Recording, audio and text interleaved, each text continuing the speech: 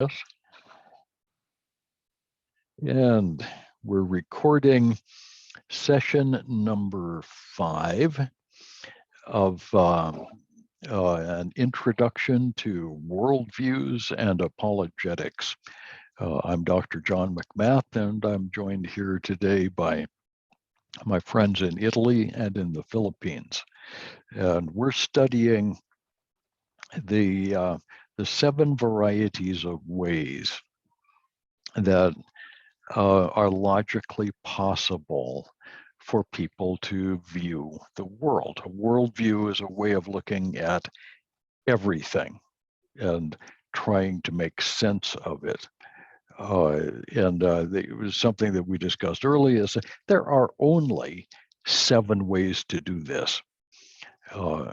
There might be an 8th way, but nobody has actually created a worldview. It's simply too irrational. But there are 7 ways that have ended up being widely practiced ways of looking at the world. What we're getting into today is called Panentheism, which literally would be translated something like a world in God. But most of the panentheists actually are describing a finite God in the world. God is to the world like a mind is in the body. And panentheism is different from pantheism. Let me get let's see if I can get the share started. Where's my cursor? There it is. We'll share this screen. Yeah, I hope. Let's see if we can make it work. Okay. Is it working? Yes, it is working. Okay, panentheism.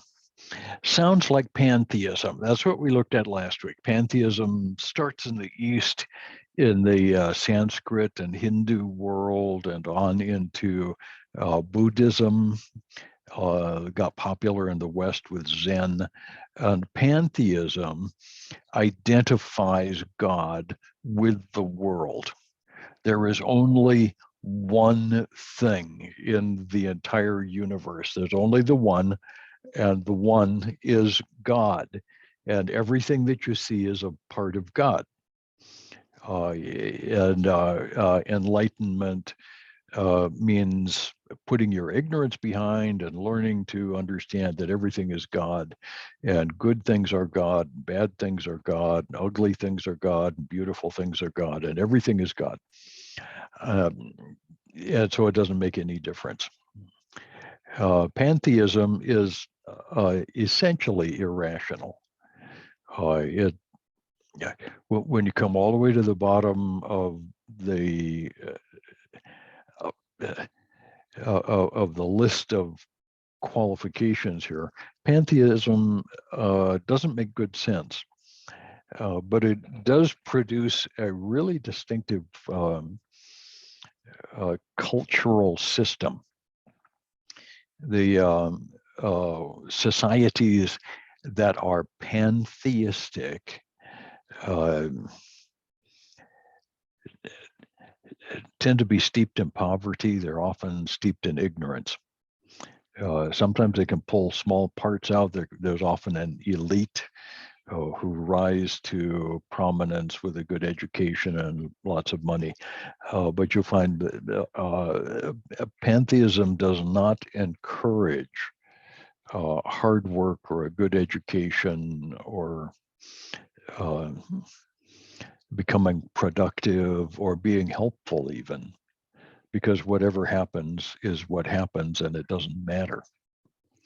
And people who actually believe that end up, literally in a world of hurt. Panentheism is different. It's a system that is normally held by Western elite intellectuals, college and university philosophy professors, and unfortunately, liberal theology teachers. And we've got quite a lot of those. Panentheism literally translates all is in God. But the circle on the right shows you what panentheists actually seem to teach. It's hard to pin down, but they would say that God is in the world the way a mind is in a body. Panentheism as a philosophy generates a theological system that we call process theology. It sees God as evolving. The concept of evolution is very important in panentheism. Sometimes panentheism is called bipolar godism.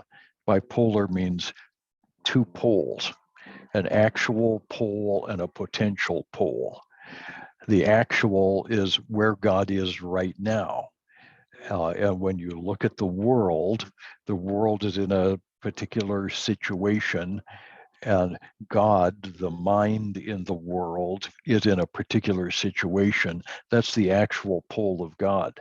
But God is evolving, and in the same way, the world is evolving through Darwinian evolution and other processes. And so the world is in process, and that affects God. So God interacts with the world and changes as things go on. And this is a kind of a hard thing to categorize and even interact with. The worldview is held primarily by people who think they're a whole lot smarter than we are, what I call intellectuals. These people teach typically at the university and graduate level. They write books that virtually nobody reads, but they have an impact on their students. What we forget is that these non-Christian, anti-Christian, really, philosophers don't amount to very many people, but they have an outsized impact on their students. And when the worldview becomes a somewhat Christian theology system in the left-wing liberal seminaries and divinity schools, these things influence thousands of students. Many thousands of students who go on to be pastors and teachers. And those pastors and teachers are never going to teach their congregations or their classes the truth. They have been essentially removed from the system, so they can do no good at all. So panentheism is actually a dangerous thing. We primarily find this in the West, European universities and divinity schools, and American. The U.S. has a number of divinity schools, quite a number, that are far left-wing and are producing pastors who don't believe in anything anymore.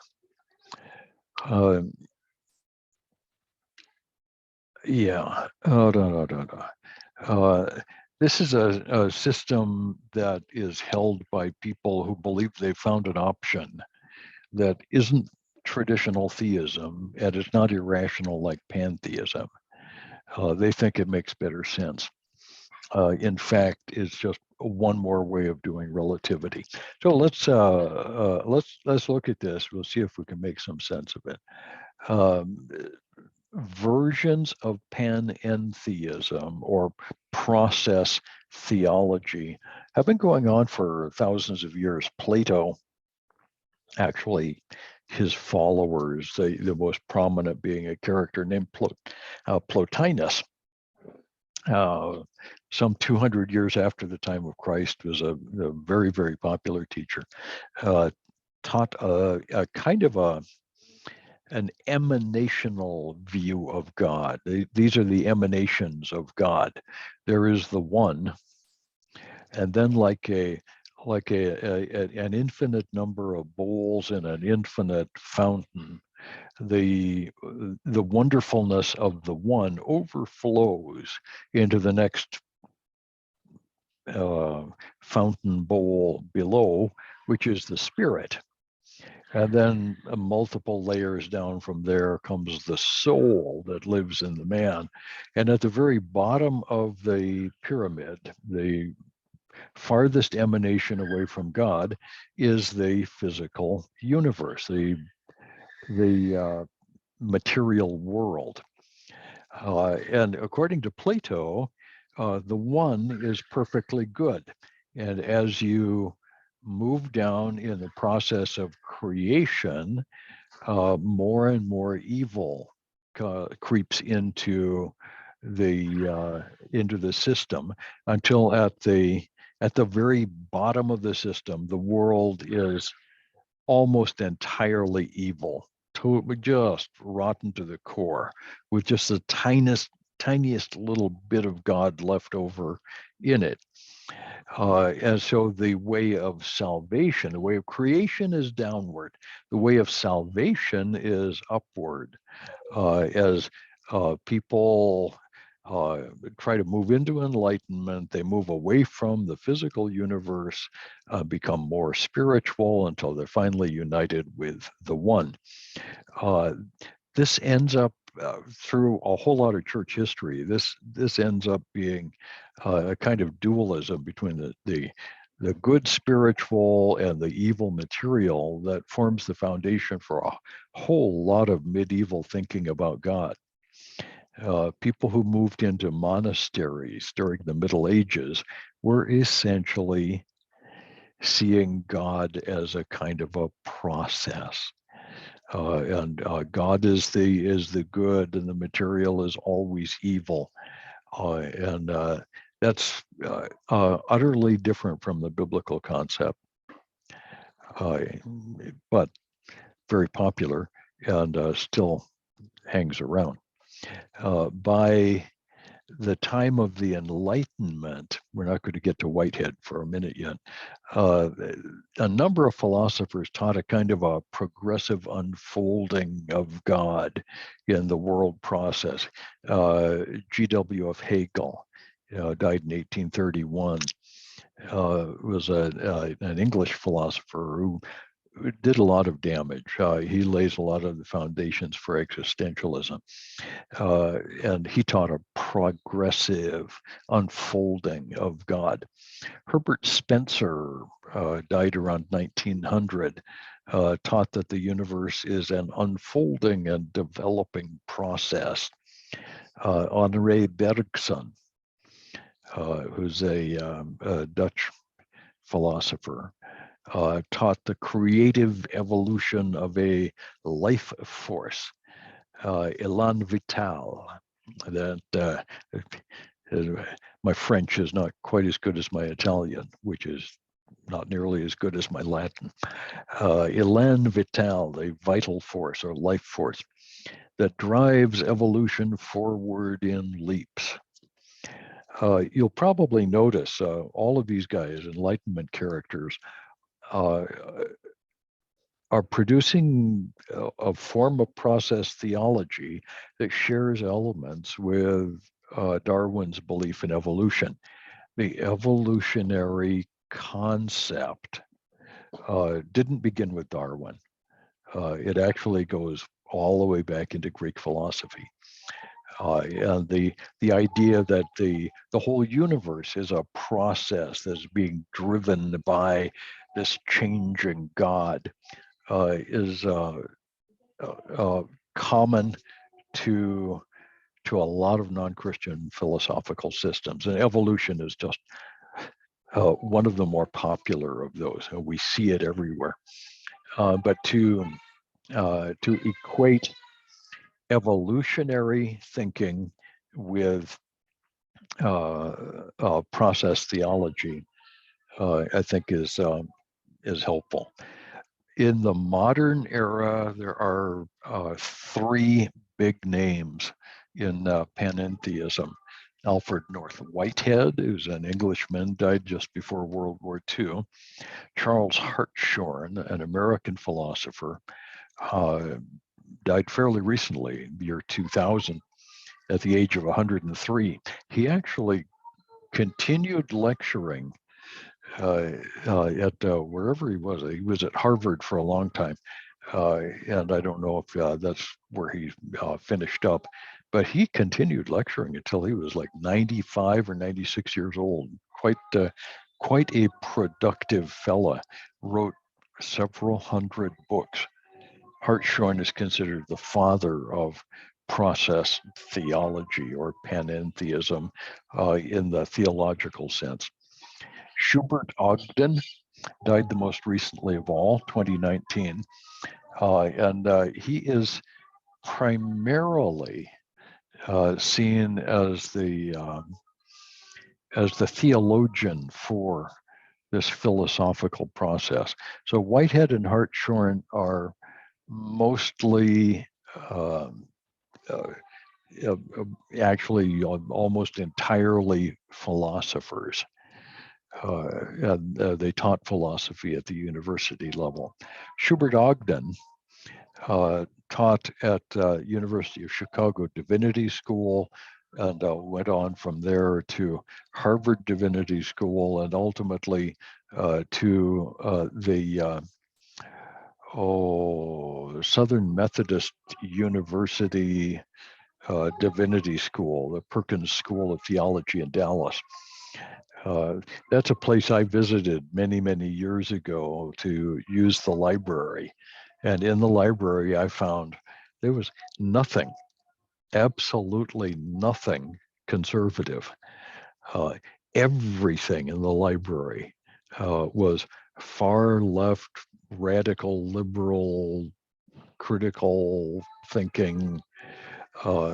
It's as though nobody at that school believed in the Bible or in any conservative concept about God anymore.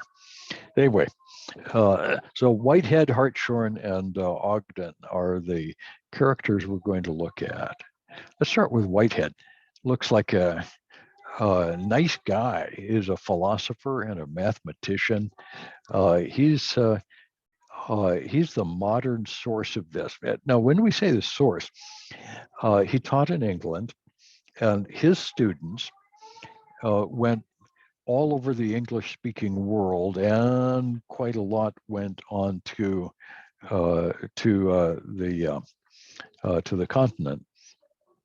We'll find a lot of Whitehead's philosophy disciples in Germany and in France. And they continue to teach and to do their work. And many of the disciples of Whitehead went on to become theologians of a sort. So this isn't Whitehead all by himself writing the occasional little book. He was very productive and had a lot to say and had a big influence on Hartshorne and ultimately on Ogden. So we're going to look at some of those. Let's start with Whitehead's idea about God. He held firmly to the idea that God is bipolar. Now, these days, when we use the term bipolar, we're usually talking, if you look it up on the internet, you'll see that that's a kind of personality disorder. Where you're either hot or cold, you're either a little crazy or really passive. That's not what Whitehead meant. He meant that God has two poles, an actual pole and a potential pole. The actual pole of God is the universe, the cosmos, which is in constant change. God's potential pole, according to Whitehead, is out beyond the universe somewhere and is a world of unchanging and eternal potential. It doesn't exist, but it is possible. It is a potential world, according to him. The three main concepts in Whitehead can be contrasted with other views. Whitehead rejects the Eastern or pantheistic view of an impersonal order of nature, the force that gives the Jedi his strength.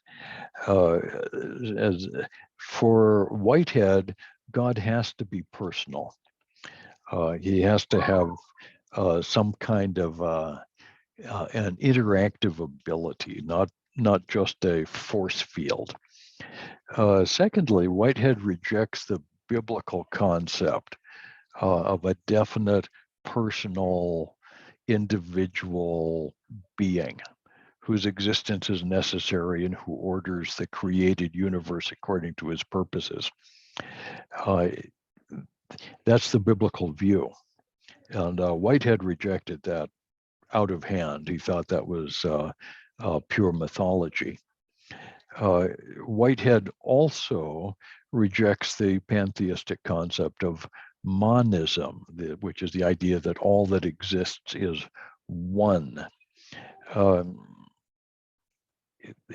He wants a twofold God, which is really the great characteristic of panentheism. We'll find it all the way through. This is something we'll come back to. His biggest problem, Whitehead's biggest problem with traditional theism is the insistence that God requires nothing else in order to exist.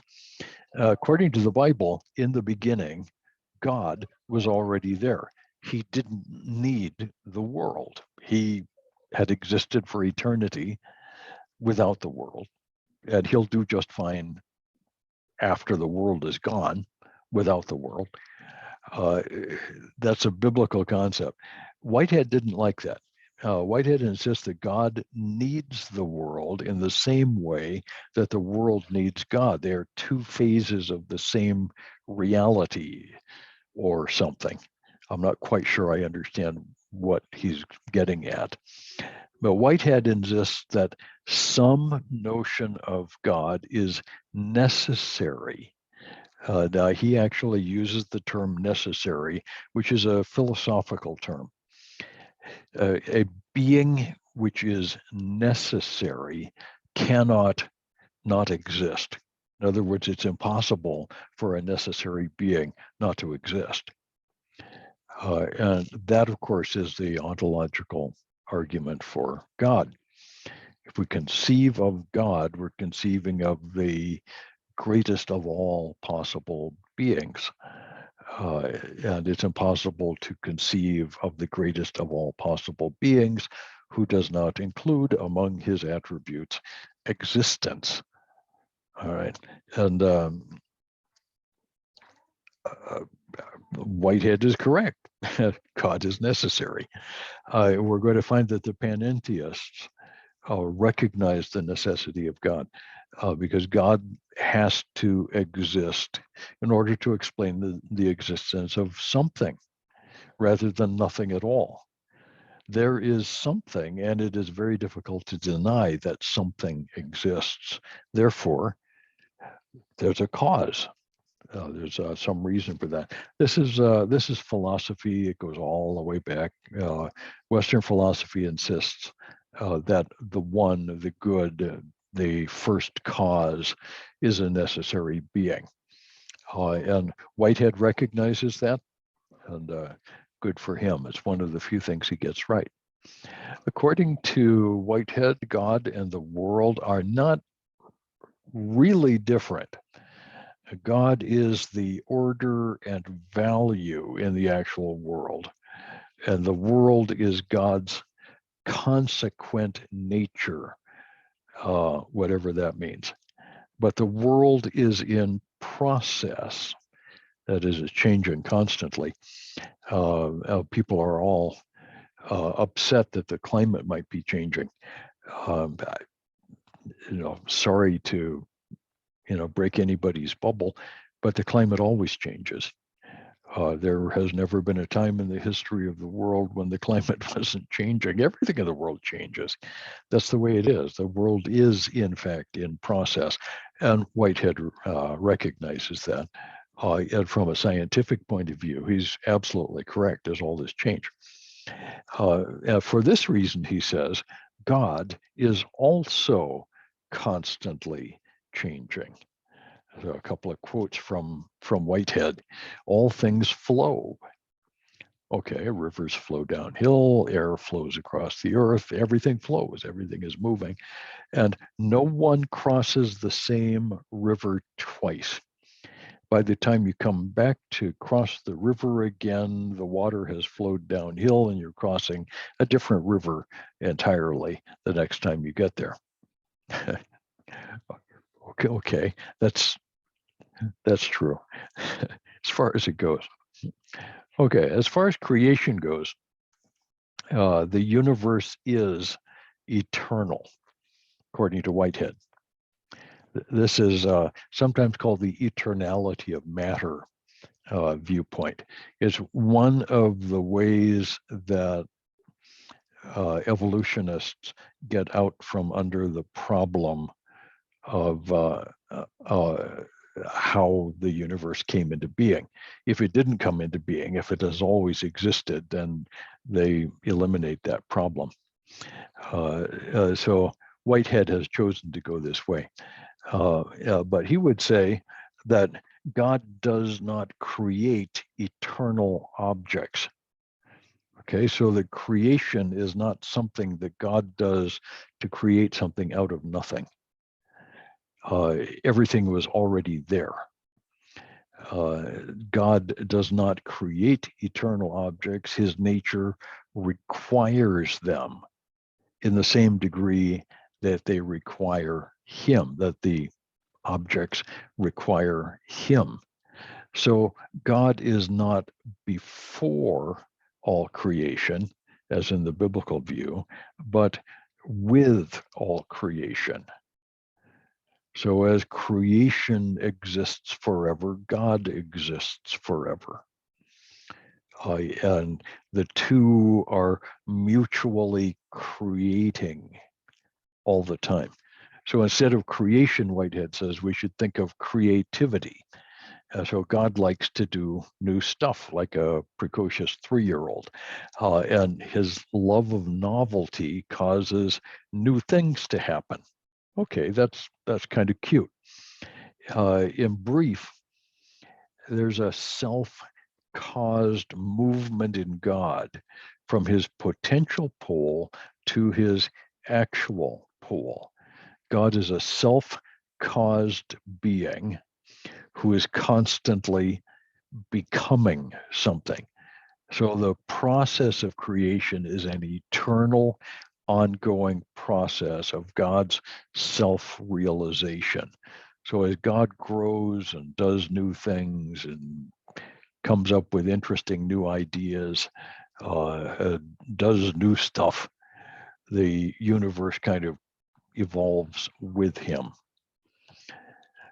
Okay, so if all of this is true, what about evil? Whitehead recognizes that there is evil in the world.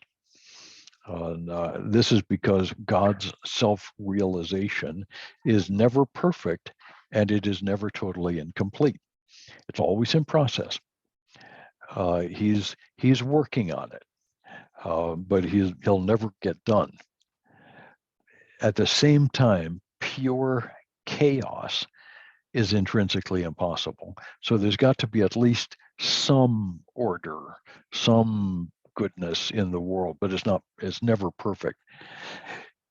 Thirdly, God is doing all he can to achieve the most possible out of every moment in world history.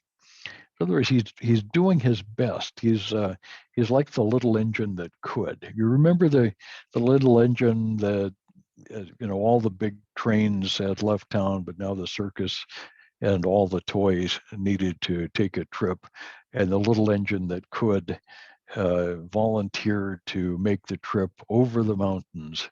And as he's chugging up the mountain, he says, I think I can, I think I can, I think I can, I think I can, I thought I could, I thought, and he finally goes over the top. Okay, so God is kind of let's see here. God is doing the best he can. He's the little engine that could. He's not doing a great job, but he's doing a pretty good job. So the nature of evil, according to Whitehead, is that the character of things are mutually obstructive. Okay, everything gets in the way of everything else. And the more stuff you've got, the more it kind of gets in the way. So whatever a finite God cannot persuade to fit into the overall unity of the actual world is evil. Okay, whatever that means. So God is doing the best he can.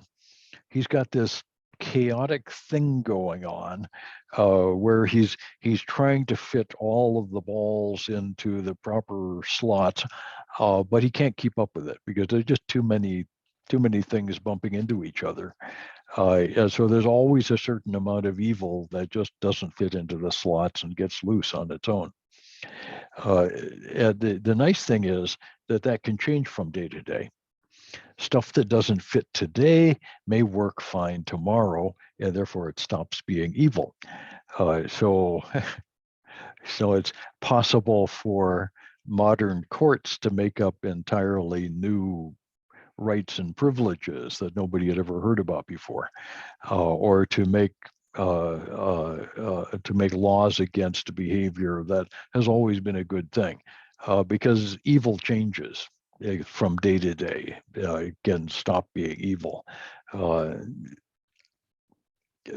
don't think that isn't a big part of what we see in the modern world. The little engine that could. Okay, is there anything to history, and is there any goal? Whitehead would say there is an ongoing evolutionary process in the universe. These things all come back to evolution. Evolution is one of the key elements of an atheistic worldview. And don't make mistakes here. Panentheism is an intellectually reasonable, they think, way of being atheistic. So there's an ongoing evolutionary process. God is achieving more and more value. He never gets done. Evil is recalcitrant. It never is finally controlled. No final victory over evil is possible. That's an important concept. That means that evil will never be reconciled. It's never going to be done. Since God is neither omniscient, he doesn't know everything. He can't possibly know everything because a lot of stuff hasn't happened yet. Nor is he omnipotent. He can't do everything. He is often surprised by the way historical processes work out. God, just like the rest of us, does the best he can and waits to see how things work out. So sometimes, according to Whitehead, if you were to pray to God, God would have to say, let me get back to you. I'm not sure how that's going to work out yet. Okay. This is precisely the opposite of what's taught in verses like Romans 8:28. We know that God works all things together for the good of those who love him, who are called according to his purpose. That's a categorical statement of biblical theology. Very, very important. Whitehead's position is precisely the opposite. Okay, how about man? According to Whitehead, well, hello there, Deborah. I've got Deborah in the studio with me at the moment, and she is now going after stuff. in my studio. So this is that chaos monster that Whitehead was worried about. Deborah, would you like to go back downstairs without touching my reloading desk? Okay, thank you. You know, some days are more fun than others. So man is a personal being with free choice. Within atheism in general and panentheism as a system, the idea of human freedom always seems really important. So God provides the initial direction and some guiding principles that could change anytime that the world feels like it, but the creature is responsible for his own outcomes. Each person in the universe, God included, is in constant change. Okay, that's a key idea in panentheism. Everything is constantly changing. Nothing is ever the same. Nothing is absolute. There are no universal principles. Everything is changeable. Compare that to James 1:17. God doesn't change. There is no shadow caused by turning with God. God doesn't change. Well, anyway, so there's no continuity. There's no particular direction. It's not going anywhere aside from personal free choice. So whatever you want to do is just fine. In Whitehead's view, personal immortality was not an important issue. He didn't deny that there's some kind of immortality. He just didn't think it made a difference. Ethics and values. Okay, this is again an important characteristic. There are no absolute values. Ethics and values are subjective and always changing. So if you think murder is wrong today, wait a couple of weeks and you'll discover that murder is okay under some circumstances, that murder is a good thing, it's good for the economy or something. Ethics and values are subjective. Whatever you freely think about it is fine. God is the measure of values, of course, Whitehead says, but God is constantly changing. So this is a quote from Whitehead: Christianity is wrong here for holding that the world will have an end and that ethical standards are absolute. So an end of time and absolute standards means there'll be a judgment. Whitehead, of course, would deny that.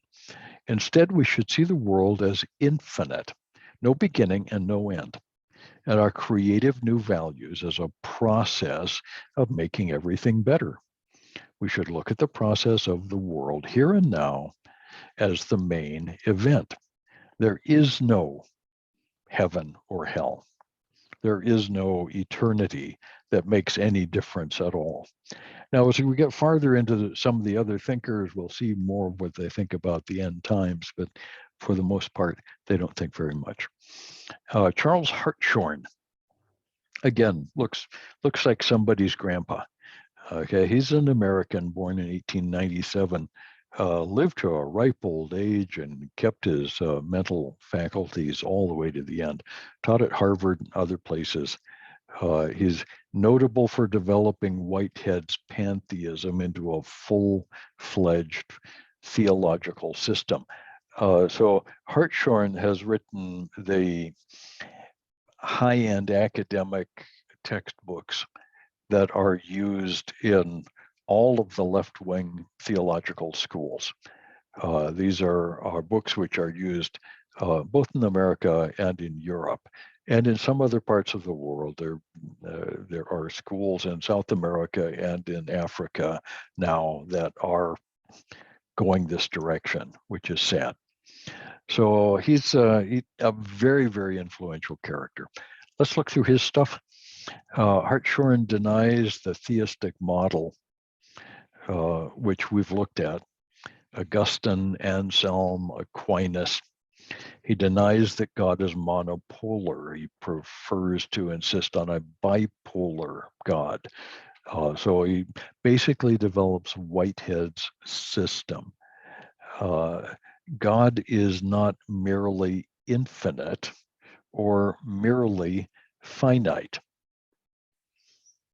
But rationally, you have to be one or the other. But for Hartshorne, you can't say that God is infinite or finite. He can't be merely absolute or merely relative, merely actual or merely potential, but in all cases, both, each in suitable aspects of his living reality. So God is this living, evolving, progressive entity. By definition, God cannot possibly be surpassed or equaled by anything else. That's what the word means. But according to Hartshorne, he can surpass himself. So he gets better and better. He evolves. His present actual state is not the greatest he can be. God has a concrete pole, what Whitehead would call it an actual pole, and an abstract pole, Whitehead's potential. So concrete and abstract. He concretely is right now. He abstractly becomes. So Hartshorne concludes from all of this that all of reality is characterized by a process of becoming, not by a state of being. So again, the evolutionary model is at work here. What to do with the world? Hartshorne argues that God is the wholeness of the world, but he wants to be careful not to teach pantheism, but rather that God permeates the world without destroying the individuality of the creatures. So God relates to the world as a mind to a body. Okay. Somehow. What about creation? Hartshorne holds that something exists is a necessary truth, and nothing exists is nonsense. So the idea of nothing ever existing is complete nonsense. But he would argue from that, and I would agree with him up to that point, if ever nothing had existed, nothing would exist now. C.S. Lewis. And I would agree with that. What Hartshorne does is to say that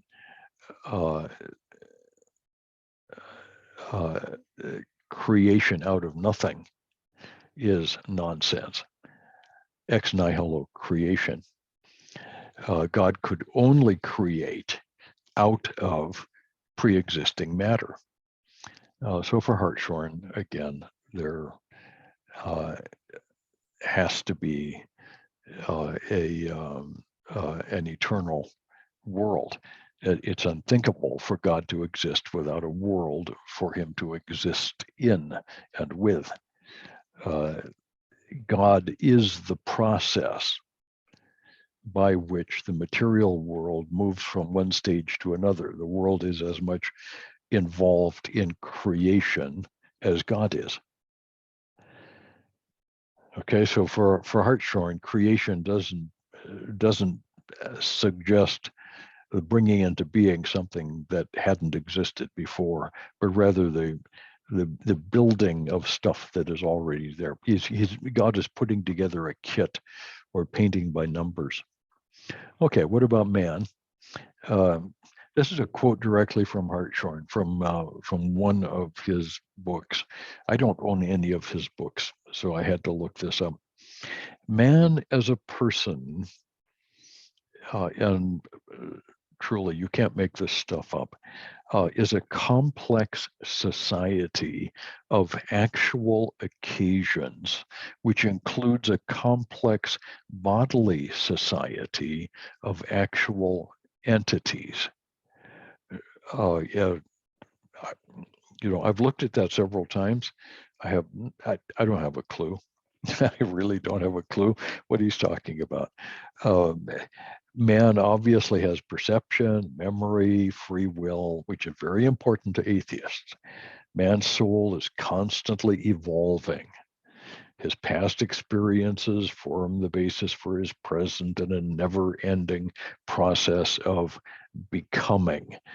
So this complex society of actual occasions is a process. Again, that's why we call it process theology. Man's destiny. What happens when you die? Well, you just stop. There is no life after death. There is no literal heaven or hell. Hartshorne says that on his own authority. He has no scripture to back that up. The theory of heaven and hell is in good part a colossal error and one of the most dangerous that ever occurred in the human mind. Okay, and this is being taught. True immortality is to live forever in the cosmic memory. In short, there is no personal immortality. When you die, you're just dead. But you may survive in God's memory. You need to hope that God thinks well of you, because that's the only immortality there is. So how about evil? Is there such a thing as evil? For Hartshorne, evil or tragedy, bad stuff, is rooted in freedom or creativity. The point of freedom is to encounter the risk of great evil creatively. I kind of like that quote. I'm not sure what he's trying to say there, but I kind of like that. To minimize the risk through our own wisdom, energy, and courage. All right. God not only would not, but could not guarantee the triumph of good over evil. Okay, you get that? God would never do that. Evil plays an essential role in the novelty of creation, a role that God can broadly limit, but not absolutely control. What Hartshorne is doing there is actually going back to somewhat to Leibniz. Leibniz was a Christian theologian of the Enlightenment period who argued that evil plays a part in God's world, that it provides resistance to the good and to those who would strive after the good. It makes us creative in finding ways to get around problems. And to a large extent, I agree with Leibniz. And Hartshorne is echoing some of that, but he's also missing the point. And that is that God does, in fact, have a solution to the problem of evil. And one day, evil will be utterly destroyed. It will be completely gone. And Hartshorne, of course, denies that. So what's the goal of history? Three forces move history onward: God, his creatures, and Darwinian evolution. Okay. We keep coming back to Darwin and his evolutionary theory. God and his creatures produce new events from past events and thus create history. Evolution is the process of ordered chance, which God can limit in some ways, but not control. The world is mostly free and thus contains broad elements which are random. In other words, out of God's control. No one can know the future. God can guess, but can never actually know. In this sense, the very concept of biblical prophecy is nonsense. Okay. That's again that's a foundation of an awful lot of modern atheist philosophy. The people who say, well, obviously, God can't know the future. obviously. Prophets can't know the future. How could anybody know the future? And then you go to the Bible and you discover that about a third of the Bible is prophecy when it was written.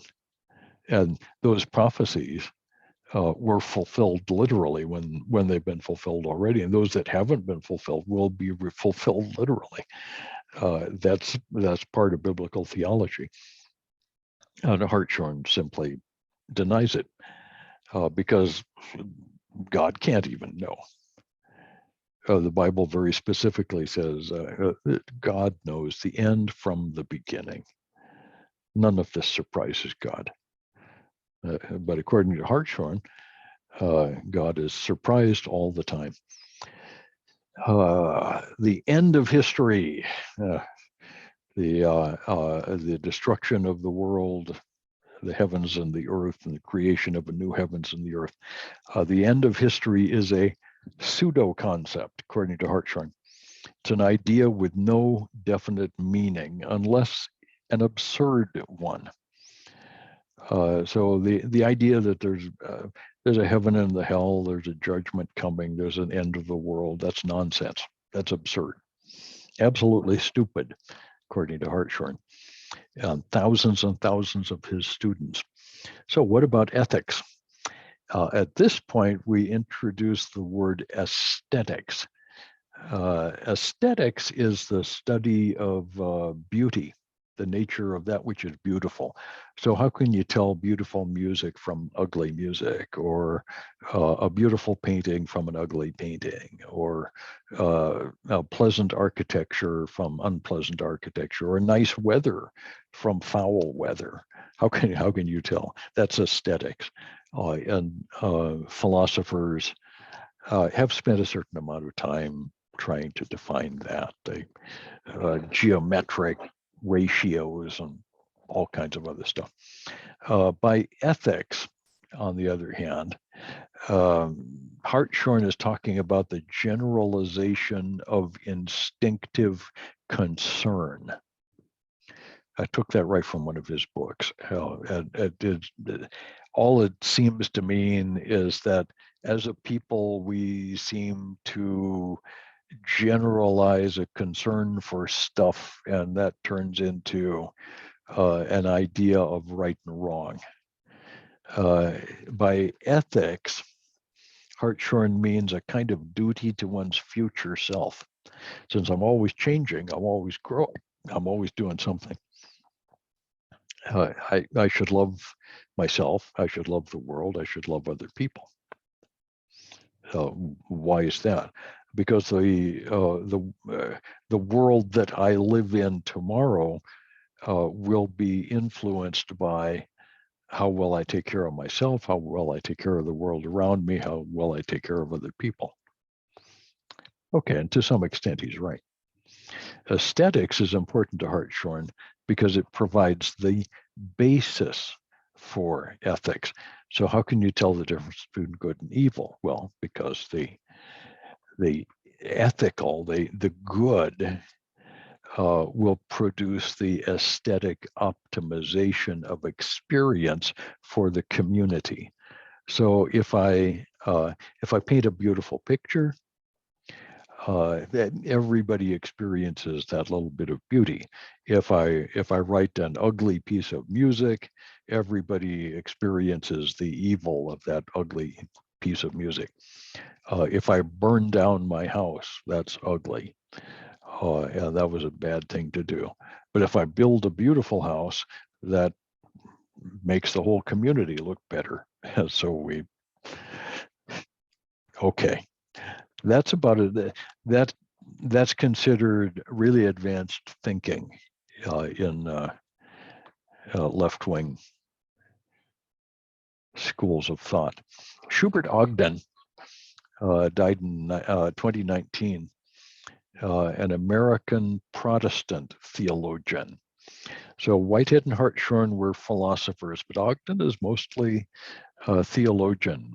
He started off his academic career at the University of Chicago Divinity School, And it ended up with a lifelong career teaching at Perkins School of Theology, Southern Methodist University in Dallas, Texas. It's interesting. I went to school in Dallas as well, at the Dallas Theological Seminary. And the Dallas Seminary and Southern Methodist School of Theology could not be more different institutions. Virtually nothing in common between the two schools. Something I discovered that was interesting. I went to the Southern Methodist University to look at their theological library in the Perkins School. And it's a great big library. I mean, it's a really, really impressive, big, hidebound traditional library with lots and lots of books. What I discovered was that at Perkins, there were virtually no conservative Christian books, no commentaries, no theology books, no archaeology, there was nothing there that would provide a conservative viewpoint, nothing. I was looking for something. I've forgotten what I was looking for, but I could find nothing there that was not radical, left-wing, critical, non-Christian, anti-Christian material. On the other hand, at the seminary that I was attending in Dallas, a conservative seminary, we also had a very nice, big, classic library. And I could find all of the conservative stuff I wanted at the Dallas library. I could also find all of the liberal stuff I wanted. It was at Dallas that I was first introduced to Hartshorne as a philosopher. I've never owned any of his books, but I've read them. I read some of them. I wanted to find out what the other side was thinking. Conservatives have an objective desire to discover what the opposition is teaching. Liberals tend to ignore what the opposition is thinking or teaching. And I'm not entirely sure why that is, but Shubert Ogden was a part of this vast left-wing movement. He had a long, productive career, wrote lots of stuff. He's a left-wing liberal theology professor. And he influenced literally thousands of young people heading for pastorates in various modernist Protestant denominations. You could be Presbyterian, Methodist, Episcopalian, even Baptists would come through that school. And all of them were influenced by Ogden. His views absolutely reject any secure foundation in Scripture altogether. That's his picture. He looks like somebody's grandpa in a study in there. And that picture was actually taken in the Perkins Theology Library. So I've been in that library. Anyway, Shubert Ogden, he's quite a guy. I mean, a very impressive career. So what does he have to say?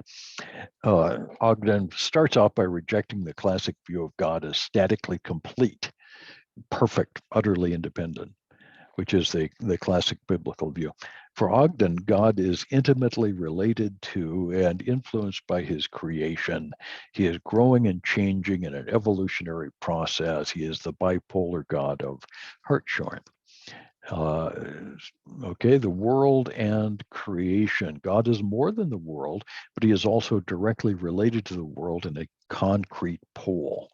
He denies the traditional concept of creation out of nothing, since in order for God to exist, some actual world must also exist. See, there's that bipolar thing. The world is the body of God, and if there is no world, then there is no God. But since something obviously exists, God must exist also. God and the world are, in a sense, co-creators. God creates the world while the world creates God. God's just bigger and therefore more creative. Ogden basically trashes the first chapters of Genesis as without significance for the history of God and the world. Genesis, of course, is mere mythology and of no particular value unless you like studying mythology. According to man, or according to Ogden, man is a complex thing. Ogden is influenced by German philosopher Martin Heidegger, who produced a kind of existential anthropology. And Ogden is very heavily influenced by existentialism. It really likes the idea of living a stream of consciousness in the moment. So man doesn't have a past or a future. He only has the present instant. Ogden, of course, holds to an evolutionary view of origins. Man is merely natural, arose entirely through natural processes. Man is unique in having developed the capacity to care about others, what Ogden calls relationships. And this is what it means, according to Ogden, to be created in God's image. Further, man is born free. All of the panentheists, the atheists in general, believe very strongly in human personal freedom. Man is self-determined, self-creative. Jean-Paul Sartre, the existentialist philosopher, said, man is doomed to be free. It is his destiny. Okay, evil. Man is uniquely free to make moral decisions. If he misuses, it is the misuse of this freedom that constitutes moral evil. Okay, so when you choose to do a bad thing, that's wrong. Okay, well, good. I would actually agree with that as far as it goes, but Ogden goes further. He affirms that God redeems all by accepting all things into his life, including unrepentant sinners. Okay, that's interesting. He then makes a distinction between redemption and salvation. All will be redeemed in the sense of being accepted into the life of God, but only those who cooperate with the process will be saved. And I'm not at all sure what he means by that. It's as far as I can tell, it's gibberish, but definitely non-biblical. Okay, history, destiny, where are we going? God and man are historical beings with a past, a present, and a future. Because nature and history are nothing less than the body of God himself, everything that happens has a reality and an importance which are in the strictest sense infinite. Ogden denies that history has an ultimate goal. There is no heaven or hell. Man is destined to live on in God's memory as loved by him. There is no literal life after death. Death is the end. Doing all things to the glory of God is quite literally to make a contribution to the evolution of God himself. So we're just hoping God evolves into something good one of these days. Ethics. Okay. Ogden contends that religion, rightly understood, which means religion the way he likes it, provides the basis for morality. According to Ogden, religion informs us that because our existence as such is finally meaningful, we are free to pursue the right as we see it and need not succumb to cynicism or despair. Now, as far as I can tell, that's nonsense. Nevertheless, that's his position. Basic beliefs of panentheism. And there are 8 of them here, and I'm going to have to expand a little bit on what we're going on. God is bipolar, but he is also personal. He has a concrete pole of actual at this moment-by-moment existence and an abstract pole of potentiality, becoming or being in process. Characterizes all of reality. So really, the bipolar nature of God takes evolutionary ideas to their philosophical extreme. Secondly, the universe is in process, an eternal evolutionary process. The idea of the eternality of the universe is very important.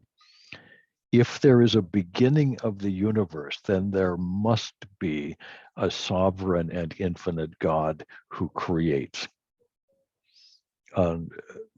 Nobody in this school wants a sovereign, infinite God. That would ruin all their fun. So the universe is eternal and it is evolving with no beginning and no end.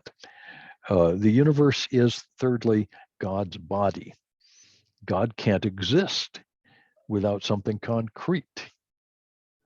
So the world actually is necessary to the existence of God. He is not identical to the world, but he requires the world. Fourthly, miracles, of course, don't ever occur. Nothing happens. The world is the body of God. Nothing can be outside of that. Therefore, nothing supernatural exists. God, indeed, is mostly a passive recipient of his creatures' inputs rather than an active participant. And because God doesn't actively participate, miracles are ruled out, but both by scientific and by philosophical routes. Ogden spends a great deal of time denying the possibility of miracles of any sort. Then 5, man is a finite, free, moral being. He has no individual significance. The finite nature means I had a birthday, then I'm going to die, and that's all there is. There's nothing more to me. A man has no individual significance, but exists as a part of the whole process of God actualizing himself, whatever that means. Ethical norms are relative. Relativity, the idea that something can be right for me and wrong for you, or that I make up my own standards, that if I visualize myself as doing the right thing, it doesn't matter what kind of horrible stuff I do. This is relativity in ethics. Most panentheists reject moral absolutes. Virtually all that I've looked at, I haven't looked at that many, but everybody I've seen rejects the idea that there could ever be anything like a moral absolute, that thou shalt not commit murder is an absolute. They say, well, that probably is true today, but it may not be true tomorrow. There are no absolutes. Since God and man are in constant change, there can't be any absolutes. Some panentheists insist that the standard of right and wrong is beauty. Anything that promotes beauty and harmony and intensity, according to Hartshorne, is a good thing. But of course, that can change from day to day. All right. 7th, man has no personal immortality. Death is the end. Man lives only as a memory in the mind of God.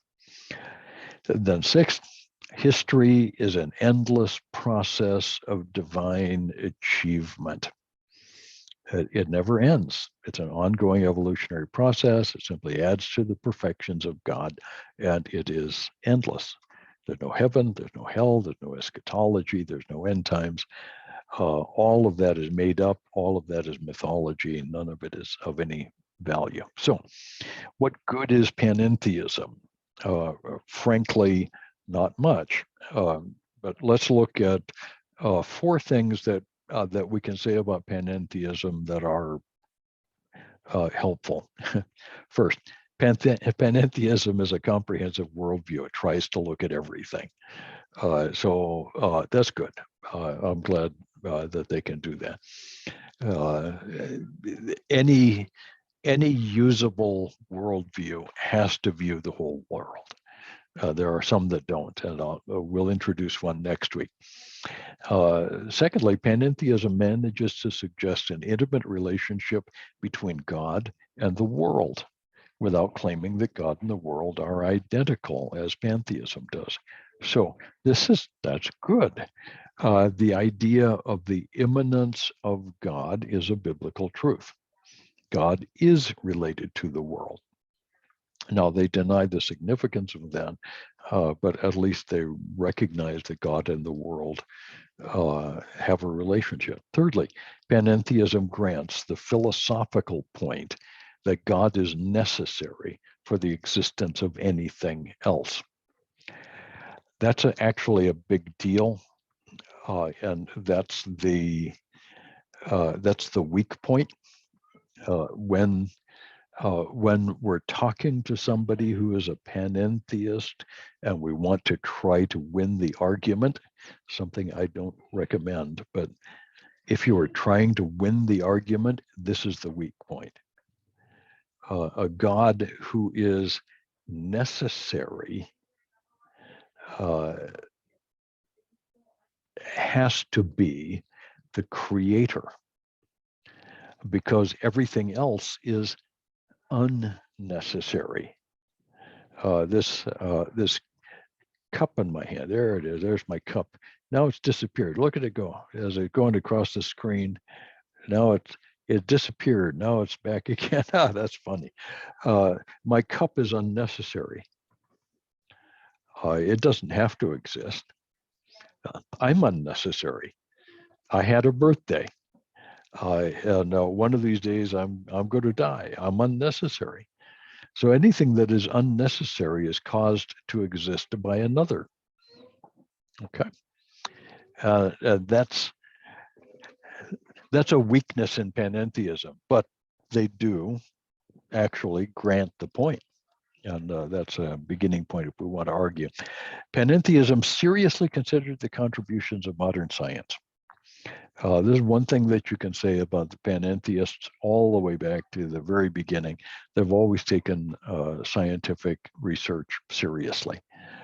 This is any of us who want to do solid Christian thinking about the world need to be aware of modern scientific thinking. I don't often agree with the philosophical conclusions of the scientists. I think much of it is wrong. But the research itself is something we should be aware of. So can we criticize panentheism? Oh, yes. First of all, the idea of a God who is both finite and infinite, contingent and necessary, is contradictory, is logically contradictory, therefore irrational. It is not even possible to think that, and yet that's what the panentheist teaches. Secondly, the idea of God as a self-caused being is a problem. He obviously can't be. It's difficult to imagine how any being could both exist and bring itself into existence at the same time. It's a real conundrum. Thirdly, if God causes his own becoming, but not his own being, then what or who sustains God's existence? This is a philosophical point that is actually really powerful. The argument for the existence of God is not primarily looking at the beginning of things, but the continual existence of things. A thing that exists but might not is caused by another. Colossians chapter 1, by him do all things hold together. Who holds the universe together? Well, God does. At every instant, God holds the universe together. there really aren't any other options. The panentheist God seems to want to be his own grandpa. You can't have it both ways. You can't cause yourself. It just doesn't work. Fourthly, how can everything be constantly changing and relative, and yet someone can know that this is true? How could we know that something is changing unless we have a fixed comparison? How can you know? You say, oh, well, everything is relative. Okay, relative to what? How can you know? And ultimately, relativity, ethical and logical relativity become hard skepticism. Nothing can be known about anything. Nobody can ever know anything. Nothing is true, and no one can ever know anything about the truth. That's where the Enlightenment philosophers, Hegel, Hume, Kant, Nietzsche, that's where they were going. That's their point, and that's why they turned into atheism. Okay, 5. The idea of a person becoming a new person in each instance contradicts our own experience of ourselves. You know, we do in fact cross the same river twice. We recognize the river when we get there. Okay, the water is different today, and the trees that are growing are a tad bigger. But we know that we have lived and have experienced life. We can predict what's coming tomorrow. Life really isn't utterly relative and utterly existential. The atheists are wrong. 6, this is my conclusion to this study. Panentheism is really a way for atheists to try to find some theological cover for their perverted views of life and truth. Frankly, it's not a new theism so much as it is the old atheism looking for academic cover. It forms the confusing background for many thousands of Western trained pastors and teachers, and it's therefore dangerous, if only because these leaders will never, ever tell their congregations the truth. That's what's dangerous. Those of us who are Christian leaders are going to end up running into other leaders, people who've had their training someplace that's not so conservative as most of us are, who will hold to this kind of atheism. And the conversation may or may not be worthwhile, but these notes may help you get through one of those conversations.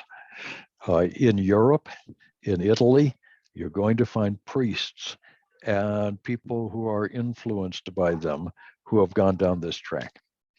In the Philippines, you'll find a few, mostly among the Western trained theologians. And I've met a few in the Philippines.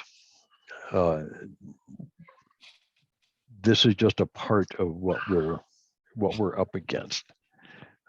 Again, I'm not a big arguer. I don't believe we can argue people into heaven. I think we can develop relationships with people who are panentheistic. Maybe not friendships, but relationships.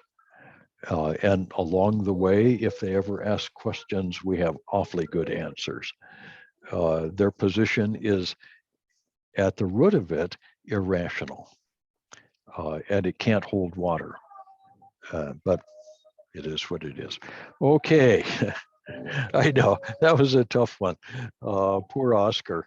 At 2:30 in the morning. Oh my goodness, folks. We'll see you again next Wednesday. We'll be looking at deism, which is a fascinating thing. Deism is uh, a system that had its day about 200 years ago and disappeared from the world for the most part. There are still some deists around, or at least people who are, for all practical purposes, deists, but it's a system whose day has come and gone. That's what we'll look at next week, and we'll continue this. So bye-bye, everybody. See you next week. Bye, Doctor. Thank you. Thank you. Take care. Take care, guys. That's it, Dr. John. Bye Thank bye, you. Brother Joel. Bye bye. We'll see you.